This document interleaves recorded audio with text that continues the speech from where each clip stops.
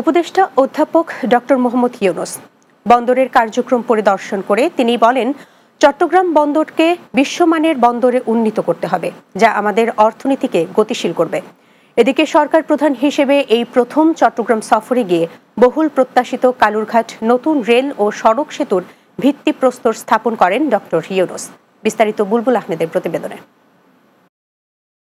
অন্তর্বর্তী সরকারের দায়িত্ব গ্রহণের পর প্রধান উপদেষ্টা অধ্যাপক ডক্টর মোহাম্মদ ইউনূসের এই প্রথম নিজ জেলা চট্টগ্রাম সফর। বুধবার সকালে চট্টগ্রাম বিমানবন্দরে পৌঁছলে তাকে স্বাগত জানান সরকারের ঊর্ধ্বতন কর্মকর্তারা।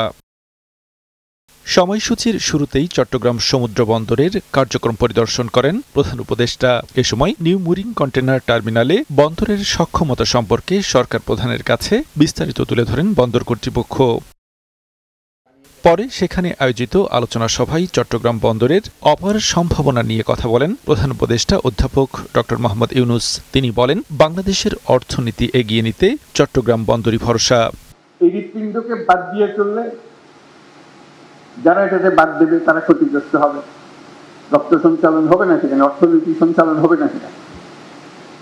এটা আমাদের কারো কাম্য না, তাদেরও কাম্য না, আমাদেরও কাম্য না। আমরা চাই যে সবাই মিলে আমরা এই বন্দর থেকে সঞ্চালনটা পাই। বন্দরকে আরও আধুনিকায়নে নেওয়া পরিকল্পনা বাস্তবায়িত হলে অর্থনীতিতে ইতিবাচক প্রভাব পড়বে এবং হাজার হাজার মানুষের কর্মসংস্থান তৈরি হবে বলেও জানান ডক্টর ইউনূস। প্রযুক্তির শেষ মাথা থেকে শুরু করলাম, উচ্চতম শীর্ষ থেকে শুরু করলাম, সেটুকু আমরা পেলাম। যখন সবাই হাহা করে আমাদের সব চাকরি চলে গেল, তেমন ওরা যে আসছে, ওরা কি তাদের দেশ থেকে লোকজন নিয়ে আসবে, শ্রমিক নিয়ে আসবে যে চালানোর জন্য?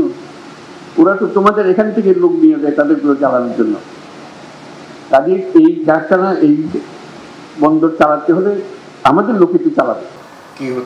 এরপর চট্টগ্রাম সার্কিট হাউসের সম্মেলন কক্ষে চট্টগ্রাম মহানগরীর জলাবদ্ধতা নিরসন বিষয়ক এক মতবিনিময় সভায় যোগ দেন প্রধান উপদেষ্টা। বর্ষা মৌসুমে চট্টগ্রাম শহরের জলাবদ্ধতা ক্রমান্বয়ে শূন্যে নামিয়ে আনতে সংশ্লিষ্টদের নির্দেশনা দেন ডক্টর ইউনূস। নৌকা করে রিক্সা চলতেছে, এরকম দৃশ্য আমরা দেখবো না, তাহলে বললাম যে একটা কাজ হয়েছে। এগুলো কিছু হবে না, এই ছবি আবার দেখবো, এই রিপোর্টে আবার আসবে, তাহলে এবার আগ্রাবাদে পানি দেখবো না।